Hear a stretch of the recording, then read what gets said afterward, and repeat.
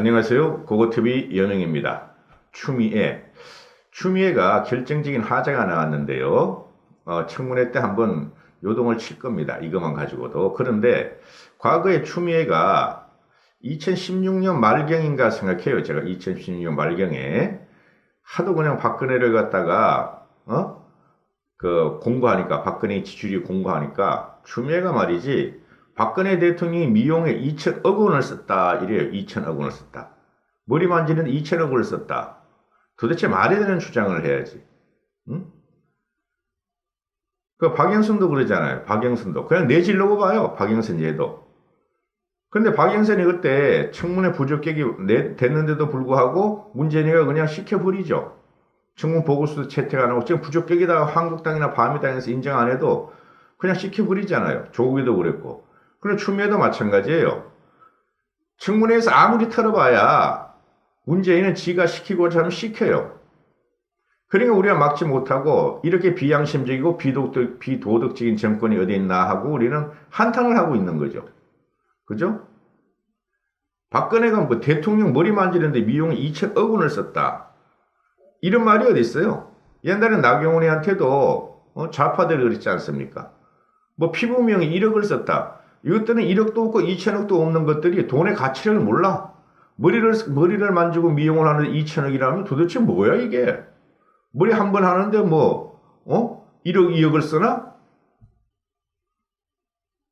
영국 공주도 아람의 왕세자도 이렇게 돈을 못 쓰겠네. 머리 만지는데 1억 원씩 쓰면 한 번에. 나중에 추미애가 2천억을 썼다 이걸 갖다가 정정을 했는지 모르겠어요. 2천만 원을 갖다가 잘못 말했다 하는 식으로 아마 보도가 난 것 같은데 그럼 2천만 원이라도 그렇지. 머리 만지는 데는 2천만 원을 써. 청와대에 있으면 머리 만지는 게 뭐 대통령 개인 돈으로 하나? 한심한. 아유. 추미애는 머리 만지는데 얼마 쓰나? 한 번 가면 1, 20만 원 안 쓰나? 추미애가 결정적 부적격 사유가 나왔다. 허위사실 유포로 80만 원 벌금형 전력이 있다. 벌금형 1심, 2심에서 확정 판결을 하고 벌금형 80만 원 전과자다. 1심, 2심은 확정됐으니까 대법원까지는 안 갔겠죠. 대법원까지 갈 리가 없죠. 80만 원 가지고 대법원에서 법리를 따지고 말이지 그럴 이유가 없으니까. 지가 판사 출신이니까 잘 알 거 아니에요. 그래 그냥 빠등빠등 우기다가 2심까지 또 갔대. 2심까지 가가지고 또 80만 원 받았대. 20만 원만 더 하지. 그럼 100만 원이면 말이지. 당선 무효용이 되는데. 하여튼 이 문재인 정권에서 말이죠. 지들이 시키고자 하면은 그냥 시켜버려. 이거 인사검증에서 나왔을 거예요. 80만 원이. 허위사실 유포. 근데도 시켜버리잖아요. 그리고 요번에 청문회에서 어떤 식으로 하든지 뭐 한국당에서 특히 많이 벼를 텐데 말입니다. 아무리 벌어도 뭐해. 조국이 봐요.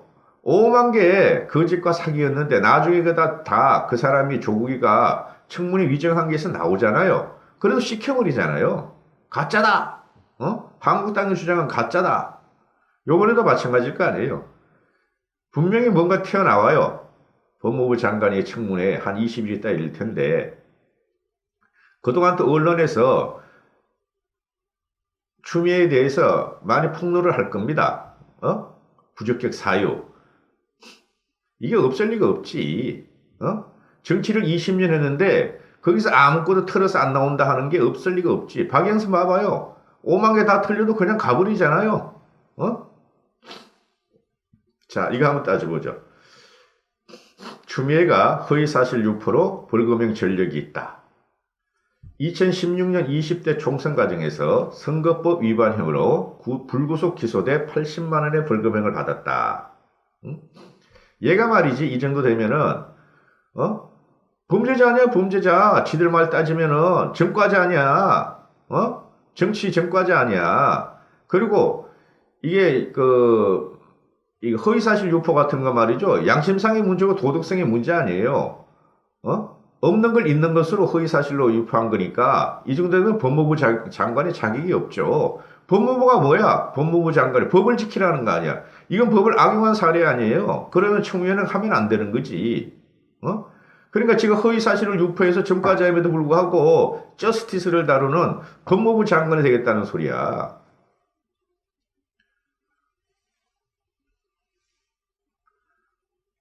이게 무슨 내용이냐면은 2016년 12월에 공직선거법 위반 혐의로 불구속된 추 후보자에게 추미애에게 벌금 80만 원을 선고했다. 서울 동부지법이에요. 이 사건 쟁점이 뭐냐면은 추미애가 그해 4월 치러진 20대 총선 과정에서 법원 행정처로부터 지역군의 서울 동부지법과 서울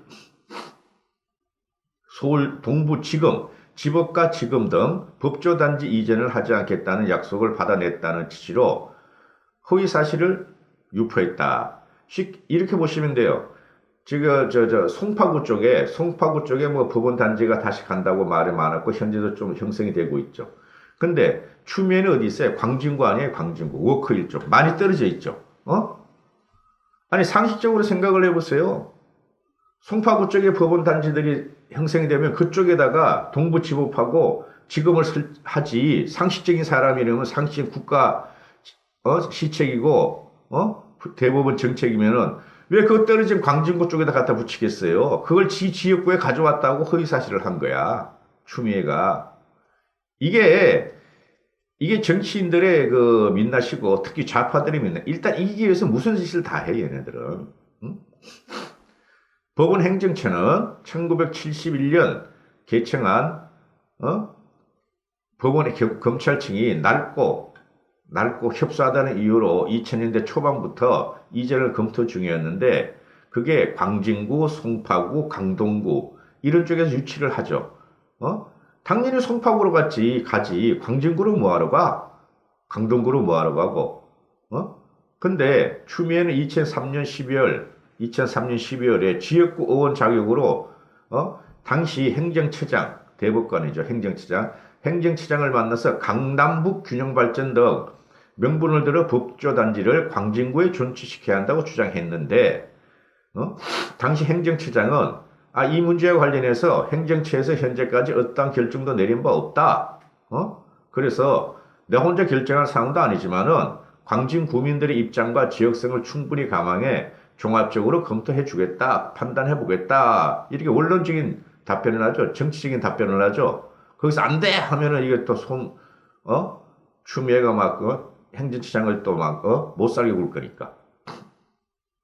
그래서 다음에 5월에 2004년에, 법원 청사건축위원회는 접근성이나 부지 규모나 이런 걸 고려해가지고 송파구 문정동으로 이전 부지를 결정했어요.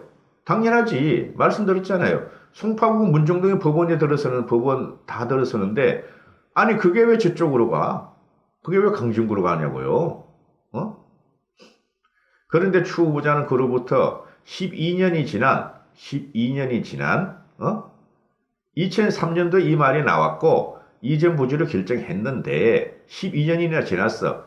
2016년 3월 20대 총선 출마 기자회견에서 법조단지 이전이 논의될 당시 손 처장을 만나 법조단지 존치를 요청했고 행정처가 존치하기로 결정했다. 다 결정된 걸 갖다가 거짓말을 한 거야. 2005년에 벌써 송파구 문정동으로 이전 부지가 결정됐는데 그 다음에 법조단지를 지가 2016년도에 13년 12년 지나가지고 송파구에 내 지역구로 가져오기로 했다 이렇게 말을 해버려. 이런 내용을 담은 선거 공보물을 내가 좀 잠을 자가지고요. 선거 공보물을 유권자들에게 83,000부를 여기다 배포했다. 허위사실 유포죠. 이때 알잖아요, 전부 다. 내 친구도 그쪽에다가 말이지 오피스텔 몇 개 산다고 변호사인데 그 친구가 막 투자를 하더라고요. 그쪽에다가 그 사무실도 내고. 근데 큰 돈 못 벌었어. 서초동이 큰 돈을 벌죠. 근데 그 당시에는 다 아는데 일반 국민들도 다 그쪽으로 옮기기로 다 돼 있었잖아요. 벌써 15년 전에 우리가 그런 걸 알고 있으니까. 근데 2016년에 추미애는 지가 그래. 지가 말이지. 이쪽을 갖고 오기로 했대. 광진구로. 다 끝난 사항을 그러니까 허위사실 유포죠. 이거 80만 원만 때리면 어떡해. 일반인이 그랬으면은 이거 득들였을 거야 아마. 그래서 1심에서 공직선거 후보자였던 추 후보자가 추미애가 두 차례에 걸쳐 유권자들에게 허위사실을 공포한 행위는 유권자들이 후보자의 능력이나 과거 업적을 과대평가해서 올바른 판단에 장애를 초래함으로써 선거의 공정성을 훼손하는 범죄를 저질렀다. 범죄를 저질렀다. 딱 나오잖아 범죄라고. 선거의 공정성을 저지른 범죄. 그러니까 추미애는 나는 그 인정 못해 하고 항소했고 검찰은 너무 적어 벌금형이 너무 적어 벌금형이 아니야 이거 징역형이나 이런 거 해야 돼 해서 했는데 둘 다 항소했는데 2심에서는 양형을 다 모두 기각했고 이 판결은 그대로 확정됐다 이런 내용인데요. 이게 뭐예요? 법무부 장관이 되려던 자가 거짓을 사실로 말을 한 명예훼손 아니 허위사실 유포 아니에요. 이거 장관 내면 안 되지. 요거 하나만 가지고도 앞으로 튀어나올 게 많습니다. 이제 9일부터 월요일부터 얘가 이제 출근한대요. 저는 참 이상한 게 아니 뭐 청문 준비단이 그렇게 막 구성이 되는지 나 그게 이상해요. 청문 준비단이 구성되는 게 뭡니까? 그 장관 후보자나 총리 후보자가 얘네들이 무슨 잘못이 있다는 걸 전제로 하는 거 아니야. 그래 언론과 청문위원들이 국회에서 잘못을 갖다가 막 공격을 하면 그걸 방해하겠다는 거 아니에요. 청문 준비단에 다른 나라도 있는지 모르겠어요. 아니 청와대에서 검증을 해서 도덕성이나 자질이나 능력이나 그런 검증을 해서 후보로 데려오는 거 아니에요. 그런 깨끗하고 능력이 있다는 건데 왜 청문 장관 후보 때마다 총리 후보 때마다 이렇게 청문위원회를 구성하고 이러는 전 이해를 안 가요? 그러면 결격 쌓이고 있으면 장관이나 총리가 되면 안 되는 거죠. 그렇지 않습니까? 저번에 박영선 건을 봐도 절대 한국당과 밤이당은 박영선을 장관시키면 안 된다 하는데 그냥 시켜버리잖아요. 요번에도 추미애가 마찬가지죠. 무조건 하겠죠? 그죠? 그러면 어떻게 해요? 어떻게 해? 얘가 갖다 호랑이를 잡으러 가는 포수다 이렇게 하는데 윤석열이랑 호랑이를 잡는 포수다 이러는데 지가 당할 거예요. 성격상 윤석열은 차분한 성격이에요. 그리고 딱딱 화를 낼 때마다 화를 내는데 추미애는 우르륵 부르륵 부르륵 막 그래. 추미애하고 박영선은 보면은 그냥 막 흔들고 다니고 막 이러고 그런다고 당하죠. 급한 성격은 당합니다. 그래서 결국에는 추미애가 결정적으로 상처를 입고 법무부 장관을 수행하지 못할 것이다 하고 하는 게 제 생각이에요. 감사합니다. 보고TV 이여명이었습니다. 행복하십시오.